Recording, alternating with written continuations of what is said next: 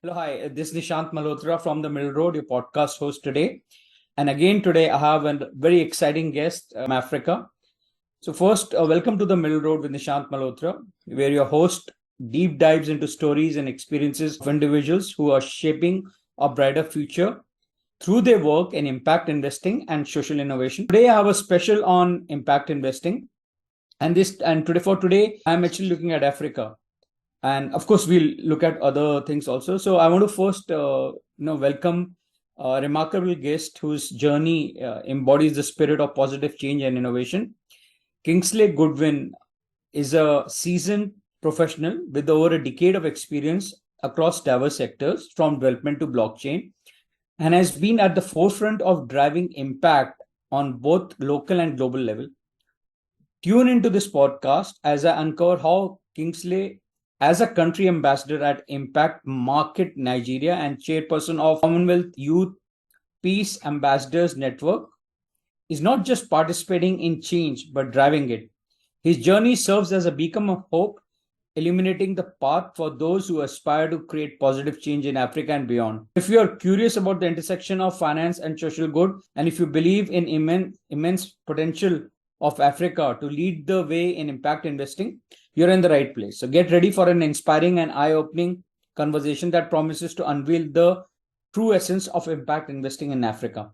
So hello, Kingsley. Thanks a lot, and I welcome you to the podcast show. Thank you very much. Thank you very much. So you have a very exciting profile, and of course, before I deep dive and have a chat with you about so many things, I'll just share a brief overall global impact investing overview, and then we go into Africa, because I think that makes sense for an audience to have a fair bit of idea of what actually is the global impact investing market. So according to Jin report, which is a global champion of impact investing space, they came out with a report sizing the impact investing market 2002, which was supported by New Win. They are also, like I mentioned, the global champion of impact investing. The global market size of impact investing stood at $1.164 trillion. Now, this figure of that is actually direct invested AUM, asset under management, reported as of December 2021. Now, keep in mind, this analysis includes green bonds. And so the Middle Road has a publication on sustainable finance. It's freely available. I suggest you go and do a deep dive. And there's also online course which I'll be talking about, impact bonds. So that, although that's in total different segment, but then there is also a webinar which I did for Atal Innovation Mission, in which I've talked about sustainable finance, and I've covered a bit about green bonds, so you can know about it. Another specialized bond issuance. Now you could refer to the report. For this report, Jin's research team rigorously screened and analyzed data from over 3,000 public and private market asset owners and managers, and they had their own criteria of screening. So, but now this is very important statistics. Only 2% of impact investing AUM, which I talked about, asset under management, is allocated to Middle East and North Africa, and 1% to Sub-Saharan Africa. Now, this to share a holistic perspective on the present state of impact investing in Africa. I'll be sort of asking now, I'll do a bit of deep dive, and let's have some of the questions coming for you. I hope the introduction and the sort of was not a bit too long. No, it's fine. It's fine. Okay, so let's begin with your work experience. Now, you have a very varied and very diverse experience within the social impact sector in Africa. So that was very rich. That's what I loved about you, is that you had, sort of across your career when you started, you have experiences across so many different organizations where you work within the social impact space. Now, how did your work shape your interest in impact investing? For example, you can take an example as a regional program officer, you worked at West Africa Civic Society Forum. And how did this build your interest in your approach for impact investing sector? Well, thank you very much, Mr. Nishant, for having me on your podcast today. I'm so excited to be on this podcast show.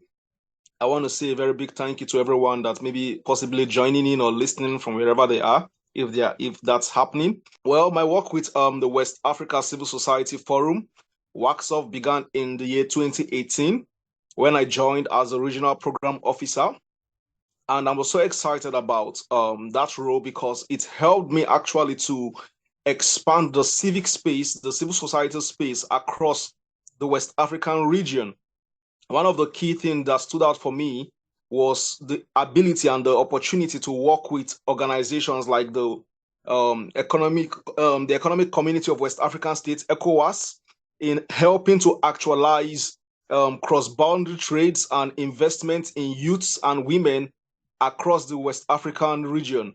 So I think that kind of sparked my interest in impact investing in a great way, seeing the opportunities that abound for women and youth, most especially to be invested in.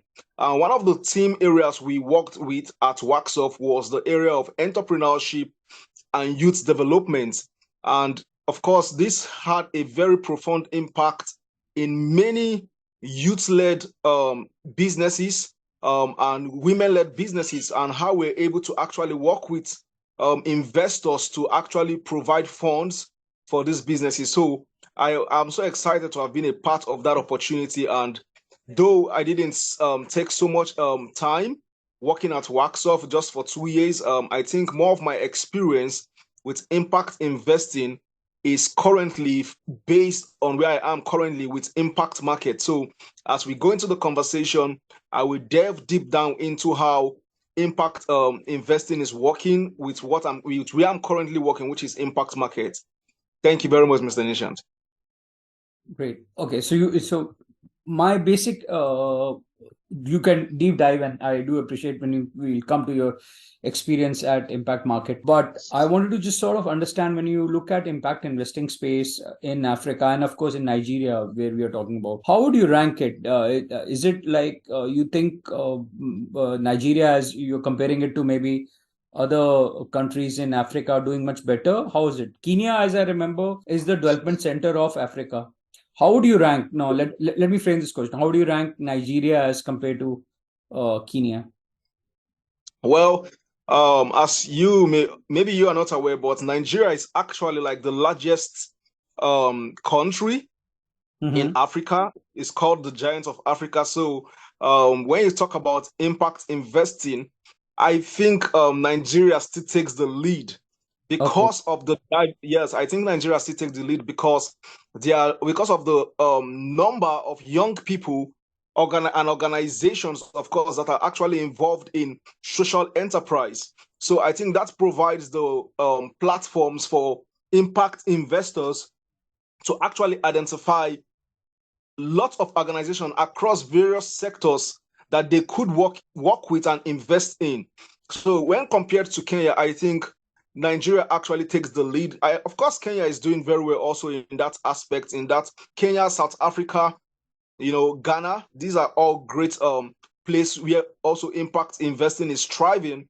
But I still believe that a huge part of impact investing is happening in Nigeria due to the population size, due to the strength of the Nigerian economy, the diversity, and all that. So this all plays and contributes to the more reason why impact investors are actually trooping into Nigeria. If you go to Lagos, for example, you're going to find a lot of startup hubs, a lot of social enterprises, organizations that are springing up by the day. And all these are opportunities for investors to actually dive into the sectors, these diversified sectors, and actually invest into this organization. So when compared to Kenya, I would say Nigeria is still taking the lead in terms of impact investing. If you look at the reports that has gone forth in terms of how many organizations have been funded by impact investors, again, you will see that the number of Nigerian companies that are even actually operating in countries like Kenya, for example, you look at companies like Flutterwave, you look at companies like MoneyPoint, you look at companies like OPay.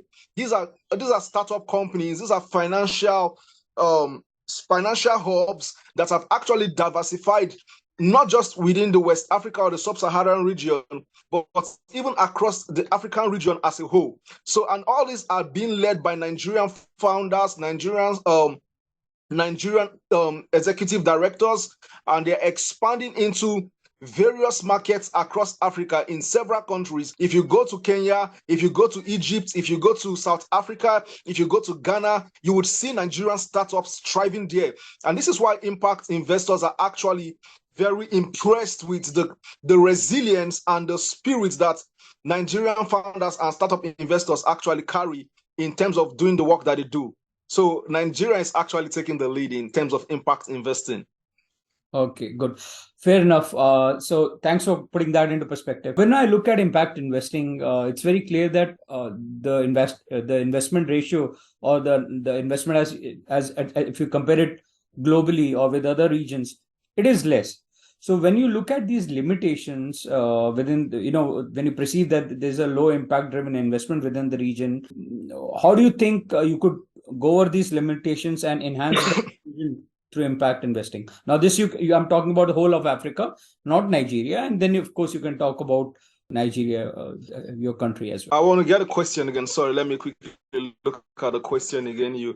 Could you just take the question again? Yeah, sure. So what I was asking is, like, now you talked about impact investing, but then the impact investing is not very high in Africa. As if you look at the continent, we saw that impact investing is not much high.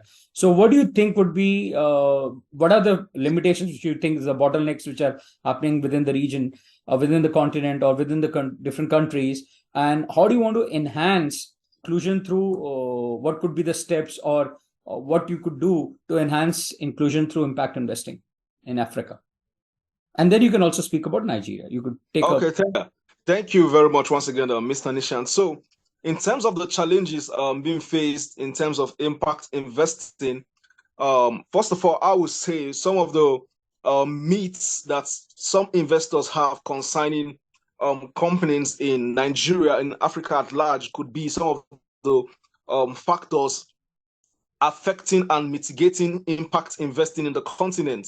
For example, using Nigeria as an example, sometimes people believe that there's this tag about Nigerians that if you do business or if you invest in a Nigerian company, that oftentimes these companies will not thrive because of several factors, including, for example, government policies and all that. But all these are myths. Like I said previously, we have companies that have been started by Nigerians, but have been started by Ghanaians. Look at, for example, M-Pesa in Kenya. This is a startup company that is doing very well in Kenya.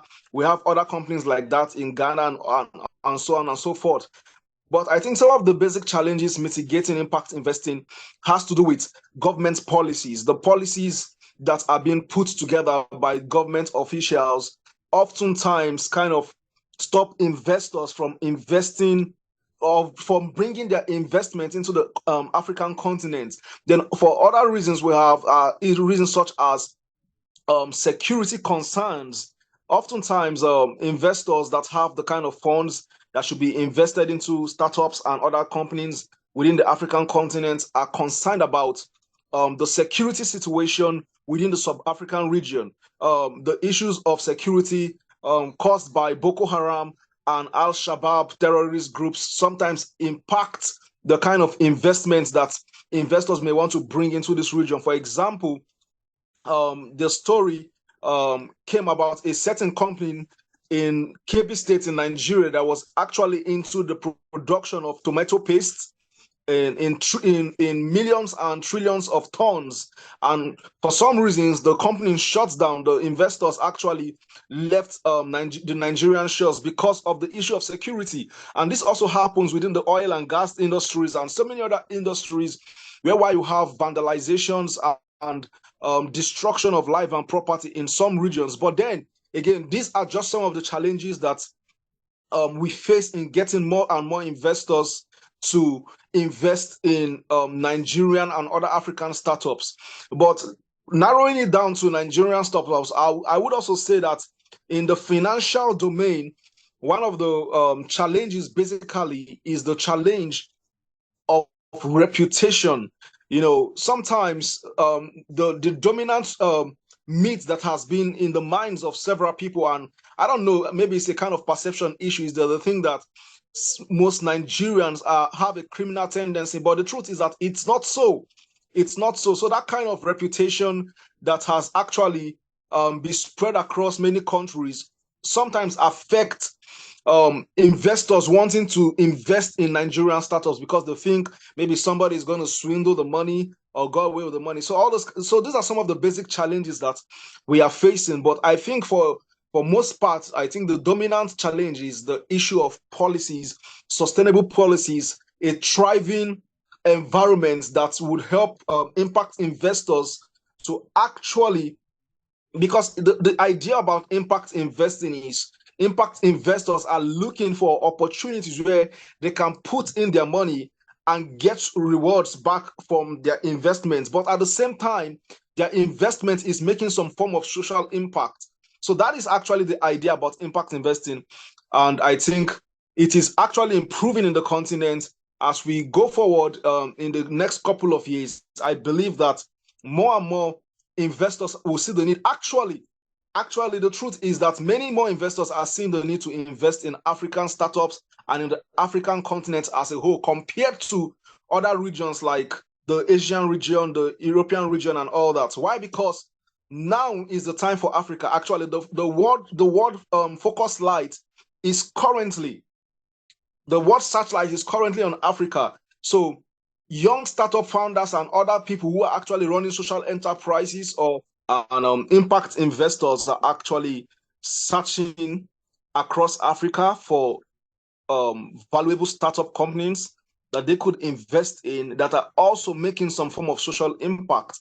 Because the idea of impact investing isn't just about profits alone. Of course, profit is a part of it. Impact investing normally has dual objectives. The objective of investors investing their funds and making a profit, but at the same time, meeting a social, or an environmental need. So let me put it that way. So investors are actually searching for those kind of companies in Africa that are solving Africa's social problems, but at the same time generating income for them. So I think currently, compared to other regions like Asia and Europe, which has actually been dominating the space of impact investing in the past decade, I think things are actually changing now. Things are actually changing, and the searchlight is actually being turned on Africa, and that is why we have a lot of investors trooping into several African countries, Kenya, South Africa, Nigeria, to look out for opportunities and for startup companies that they could invest in. And sometimes I also feel like the reason they're actually trooping into those countries is also because the manpower here is adequate enough to make this business sustainable and all that. So I think that's the current trend of what is happening in the impact investing sector across Africa. It's good you talked about M-Pesa. So M-Pesa was which a huge hit. It's basically you're using mobile for driving financial inclusion. How do you think, sort of, just on that note, how is the technology working as an enabler for entrepreneurship in Nigeria? You mentioned that it's a huge thing. So you think that's a consumer behavior which is really people are adopting because Nigeria is the largest market in Africa? Yes, exactly. I think it's the same thing. Like I mentioned earlier, what M-Pesa is doing is also what several Nigerian startups are doing, like Flutterwave. And Flutterwave, of course, is not just a Nigerian startup now, because it has gone beyond the Nigerian shores. Flutterwave is across most of the African countries, to say. And then we have other companies like Money Point and like OPay, and then of course recently we have other blockchain companies that are also helping to drive cross-border transaction and financial inclusion across several African continents. With the use of blockchain currently, it becomes even more easy for financial inclusion. Also, what we're doing at Impact Market also drives down to that fact of helping the rural poor and those in rural communities actually to have access to finances to support. That's the current happenings. the question, Impact Market, that seems to be a very exciting company. Now, Impact Market uses a community-driven model to crowdsource for generating capital for your members. Now, as a country ambassador at Impact Market Nigeria, speak about how Web3 drives financial solutions, keeping in mind blockchain, especially among the underprivileged section of the society. I'll then come to, of course, how different it's from Kiva. Kiva is a great example, but here you could, talk about your company. So Impact Market is actually a company that is leveraging blockchain technology to drive financial inclusion and access to finance. And we have various product streams through which we make that happen. Number one, we have the product stream, which we call the unconditional basic income, or some people call it, what some other people know it as, the universal basic income. The universal basic income is simply a model, a community-driven model that helps people in rural communities to have access to basic finance to meet their daily needs. For example, when we started out at Impact Market was providing for some families, so for some beneficiaries from some families in rural communities, $1 per day, and they get this money free without the need to pay anything. All they just needed to do was to have access to an Android phone, to a smartphone, through which they could access these funds in cryptocurrency. So what we did was that we had community managers who were able to mobilize some people that were actually in need of these funds, and then we onboarded them. We taught them how to use their mobile phone to access these cryptocurrencies, which they could also convert to their local currency and use it to do whatsoever they want to do. For some families, they save up this money together and use it to improve their livelihoods, their feeding. For some other families, they use it to help their children in terms of access to education and all that. So these funds, as little as it was helping to solve some basic needs. So that's what Impact Market do. We work with donors and other partner organizations that are looking at impacting communities to drive this. But then another product of Impact Market is what we call the microcredit product. The microcredit product actually provides access to finance, again, through leveraging blockchain technology. We provide access to finance to startups, to entrepreneurs, to small and micro scale businesses within local communities. So once we identify these businesses, let me just put it in perspective. In Nigeria, the UBI product was able to reach over 7,000 beneficiaries. And the microcredit program, which we just piloted in Nigeria, currently we have about 30 people who have accessed the microcredit loans with over $7,000, which is about 5 million naira plus in Nigerian currency, approved for these women. These are mostly women-led businesses, and they get these funds to support their businesses. For some of them, they're into fashion. For some others, they're into basic sales of groceries and provisions. For some of the others, they're into catering business. For some others, they're into education business, school business. So these are women from different diversified sectors who we have provided these funds, and they are able to use these funds to actually support their businesses. For some of them, they use the funds to maintain their businesses. In other words, to maintain the operations of their business. For some others, they're using the funds to buy equipment to support their businesses. Like for those that are actually running a catering business, so some of them use the money to get generators. Some of them use the money to get fridge. So for some others are into fashion, they use the money to get industrialized sewing machines and all that. So these are just some of what Impact Market is doing. And then we also have the Learn and Earn product, through which you can go on the Impact Market website. I just wanted to interrupt you. So I didn't get the total number of beneficiaries. You said is how many? I said this approach for the UBI program, the unconditional basic income program, Impact Market has reached over 7,000 beneficiaries. Yes, in the past, and currently there's a slowdown on the microcredit you talked about. The microcredit, how much is it? The microcredit program, we've reached over 30 beneficiaries. We just began the pilot in the month of July. We just started the pilot in the month of July, and we've reached over 30 beneficiaries. And altogether, those 30 beneficiaries has accessed $7,000 distributed among those 30 beneficiaries. So Okay. that's the impact so far we've made on impact market. But the beautiful thing about this is that this is being powered by blockchain transaction, where every transaction is transparent, where every transaction is traceable. And that's the essence of using blockchain transactions to actually drive social impact initiatives like the programs that we do at Impact Markets. So this is actually this is very incredible. But when you talk about blockchain, so how do you come out with this model? How do you decide who should get the loan? Do you have a very strong credit model? What sort of parameters do you look at? If you can sort of just elaborate whatever you can.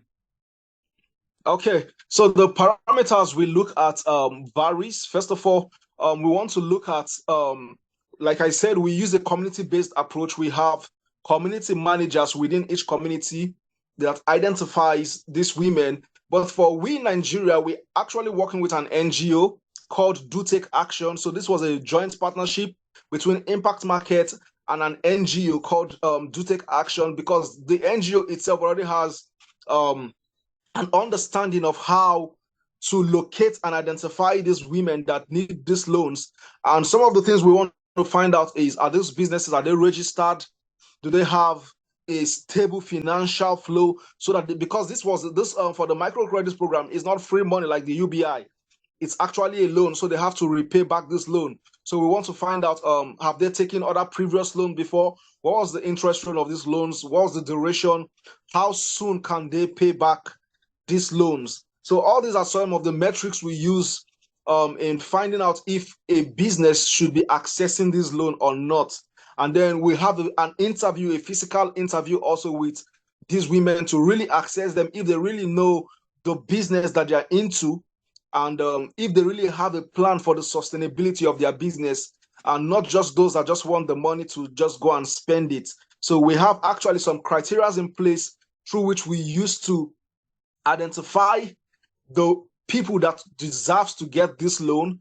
And of course, though we're using a community-based approach, we are also each of these people within the communities also know themselves. So it's also called, it's a kind of like a revolving access loan. If I get to pay my loan, the payments I made will also be used to grant a loan to the next person. So there's this kind of social pressure among the group for everybody to pay back their loans. So so those are just some of the criteria and the methodology through which we are using to function to drive the microcredit program. And okay, so did you talk? They have to repay back the loan. So do you give interest rates which are best interest rates? It's a discounted rate. How does it work out? Yes, we have interest rates. We have an interest rate, a very, very minimum interest rate of 0.2% daily. It's very low compared to other microcredit institutions that are operational within the country. So you're doing you're test marketing your microcredit product in Uganda and Brazil. So where so you could share your opinion and where there are similarities and differences between consumers in both these countries. What is your sort of take on that? What sort of insights did you gather from test marketing in both these two countries? Because one is in Africa, one is in South America. So this is very interesting to see how would they be similar and different. I think from our findings so far, the behaviors in terms of how people deal with microcredit is almost kind of similar. It's kind of similar. I think because when it comes to finances, people have the same tendencies of behaviors, irrespective of what region they are in or they are from. So I think it's almost similar, the findings. People just want to be sure that these loans, the interest rate is something that they could pay back. The interest rate is not something so high. So I think that is one of the major concerns between the consumers of the microcredit programs in Africa, and also that and that of those in Brazil per se. Other things have to do with the duration of the loan. How what is the duration of this loan? So these are some of the basic concerns. So the similarities so far is similar. But for Africa, I think the majority of the people that are accessing this loan are majorly women, because most times women are involved in local businesses, and I think they are the ones actually very, very particular about getting loans compared to other regions. So I think the number of women we have in the African region, I think, is much more than those we have in other regions.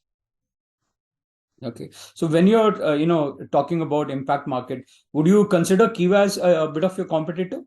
Is because Kiva has also got a huge presence in Africa. Am I correct? Which, Platform sorry? Kiva, KIVA. Okay, Kiva. Oh, well, I don't think Kiva is a competitor, because previous to the time you mentioned it, I really didn't know much about Kiva per se. Okay.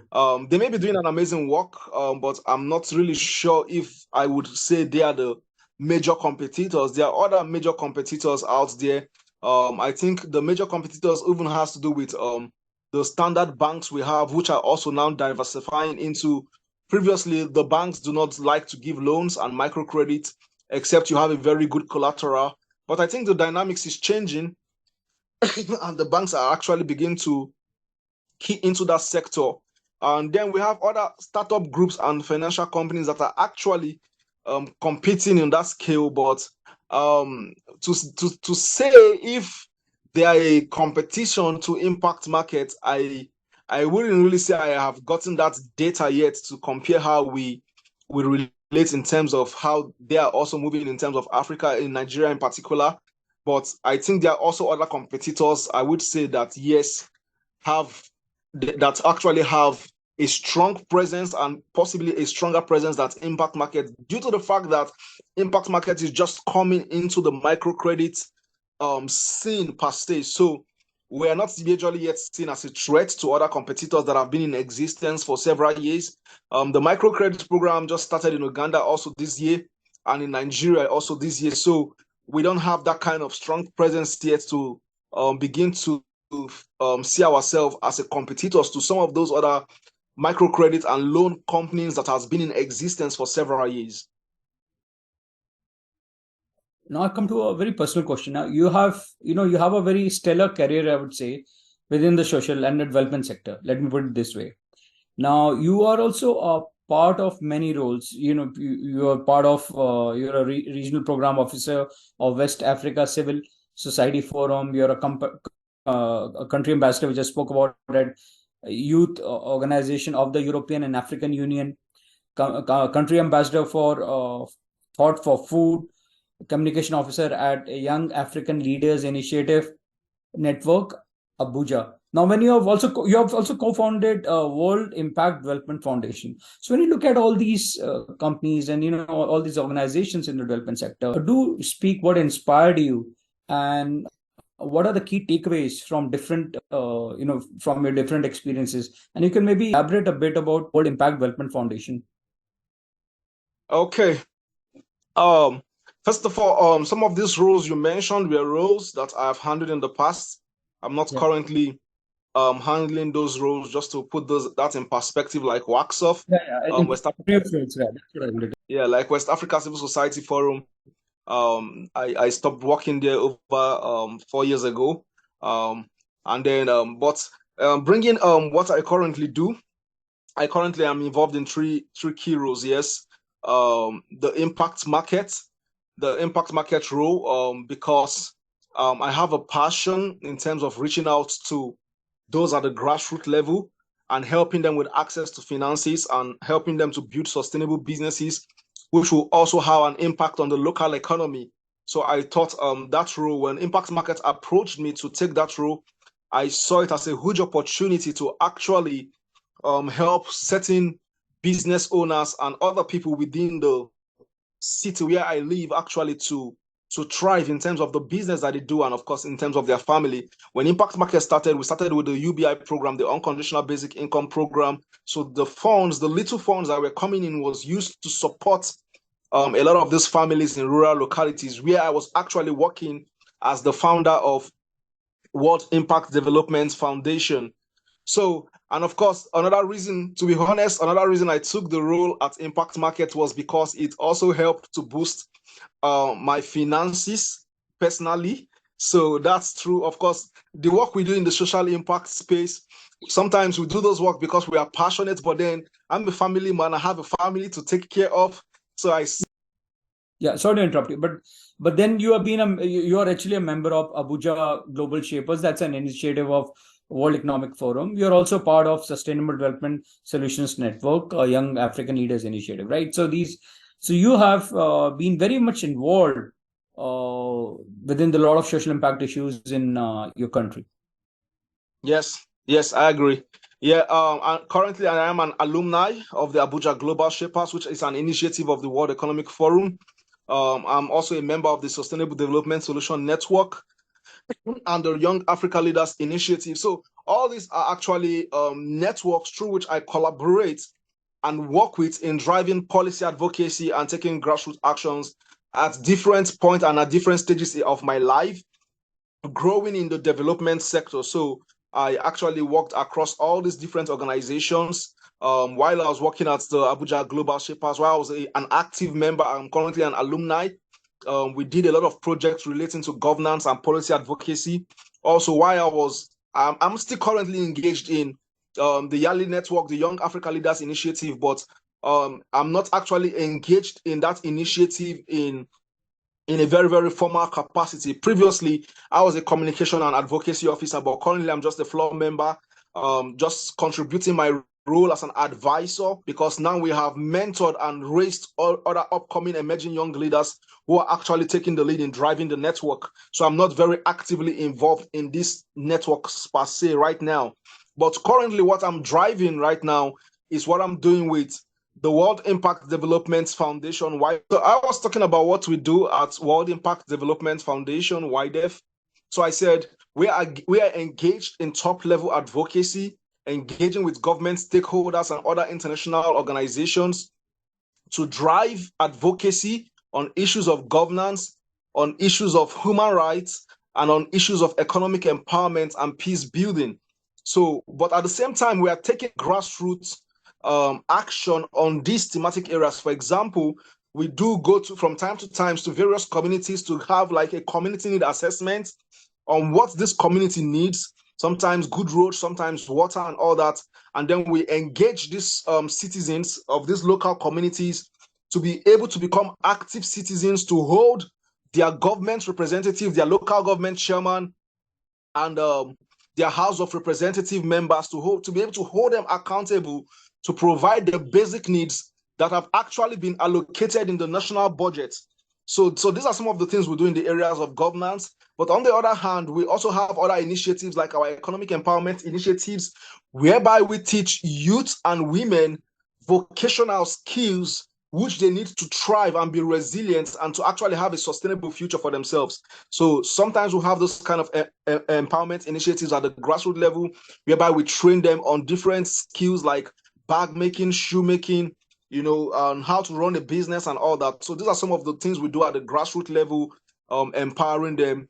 And so these are some of the things we do at World Impact Development Foundation. But then also we have other initiatives that spans across human rights. For example, we are going to be working on a project soon called Safeguarding Digital Rights. And this project is in partnership with the Action Group on Free Civic Spaces, which WIDEF is also a part of. And we're going to be working with other government agencies to see that digital rights are actually being respected and protected. So that's an upcoming initiative that we hope to work in the future. But then also, finally, what I also do with CYPAN, which is the Commonwealth Youth Peace Ambassadors Network. I currently became the chairperson of that network, and it's strictly a peace building network where young people across the 56 Commonwealth countries are actually advocating for a peaceful and inclusive and a sustainable world. So that's what we do at CYPAN. And I'm leading that initiative across the 56 Commonwealth countries. Oh, great. And you have the middle road. So I'm giving an affordable higher education at a very, so this is sort of a trial which I'm doing right now at a token amount of money. And you're always welcome to use it for the whole of Africa, wherever you are. it's the whole platform, predominantly almost all the courses also now are included in the whole package. And I would love to see that this initiative you could sort of build on with the Middle Road also, and you're always welcome to take it to the people out there, or to use it for yourself. But I do appreciate sort of the work you're doing, and you have been facilitated for quite a bit. You have won a lot of awards. You are also given the award of Unique Caribbean Business School International African Quality Award for your contribution to human capital development, the National Unity Merit Awards for commitment to nation building, and then there's another award where you got I think Transformers Hub International Award for phenomenal impact and contribution towards transforming lives and empowering communities in Africa and beyond. So before I come to the AHA question, you do a lot at the grassroots level. You try to help the underserved section of the society. You have won awards. You have been involved in a lot of advocacy as well. How does it not sort of give you a lot of satisfaction that you have done a lot at a very young age, and at least connecting to the society, giving back to the society? Yeah, I think it gives me a whole lot of satisfaction. I'm so excited. I actually started my career at a very tender age. I think that is also what helped me. My very first social impact initiative was I did it at the age of 17. And Okay. this was, yes, at the age of 17. This was over 20 years ago, over several years ago, many years ago. Okay. And I was invited by the Ministry of Youth and Sports in Kaduna State. Then I was in another city in Kaduna State just as a young teenager. And I think the director of that Ministry of Youth and Sports was the one who actually helped to mentor me and to put me in the path of social impact. So by the time I left the university, I already knew what I wanted to do in terms of the development space compared to other young people who were still trying to figure out the direction for their lives. I already had a trajectory coming out of as a young teenager waiting to get admission into the university. I was already doing some kind of impactful initiatives for young people. So by the time I left the university, it was just for me to go on in that line. So it helped me to kind of accelerate quickly, access a lot of opportunities, at the same time learn and fail in several others, but it's been a whole learning experience for me. And of course, I'm so excited, but I still think there is much more to be done because we still have a lot of existing social problems, and I'm not going to stop contributing my quota in seeing that some of the challenges we face in Africa are being solved. And this is why I'm looking for other partnerships and to actually expand the work we do, especially at YDEF. And also, this is why I also be applying for the Kasum award, which you are offering, Mr. Nishant. I think when I'm done with this guy, I think I'll just go immediately to apply for that. And I'm hopeful that you would grant us the favorable request to be a part of, to receive this award. And definitely we'll be so grateful. We'll amplify this across all our networks and to everybody to know that such an award exists. And of course, to also do other, we'll also express our strong gratitude through every medium available at our disposal to show we are grateful for such an opportunity. If we get it anyway, I think you have your criteria today. Yeah. I'm actually very glad. I'm very grateful that you're applying for the award. The Middle Road, I'm the only one person at the Middle Road, stating that this is the first time, Kusum is my mother's name, and this is the first time the social impact has from the Middle Road, and I hope it's going to go on forever.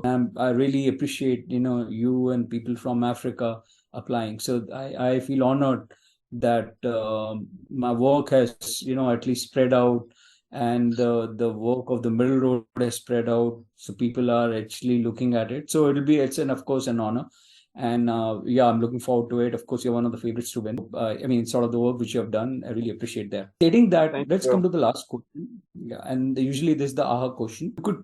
I'm sure there are many instances in your brings happiness to what you have done in your life, but do share any or a couple of instances where with the audience to sort of show your support or to show your work that really brings gratitude to you and to others. Okay. I think for me, some of the most amazing moments were some of the moments we engaged at various communities. I remember when we had the Love My project and the Quest for Survivor project. These were actually food drive projects carried out by the World Impact Development Foundation. Um, and this project actually helped to provide for the Love My project. We reached out to over 100 families in Giri community in the Federal Capital Territory here in Abuja. And we were able to provide them with, a lot of food that could actually last them for a whole while.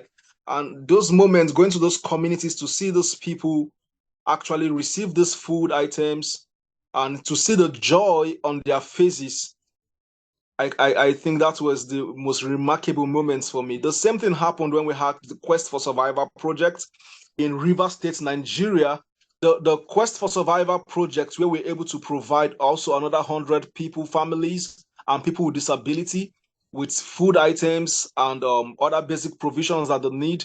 These are some of the most projects that brought me most joy because I could literally see the excitement on their faces, some of them crying, some of them thanking us for going all the way out to make these basic provisions for them to be able to survive. And then other projects like the skills acquisition and entrepreneurship trainings that we have in various cities.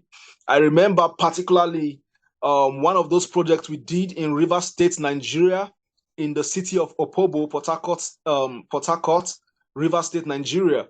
We had to actually travel through a river in a boat to be able to access that community. And getting to that community, we were able to train over 500 people on different entrepreneurship and vocational skills.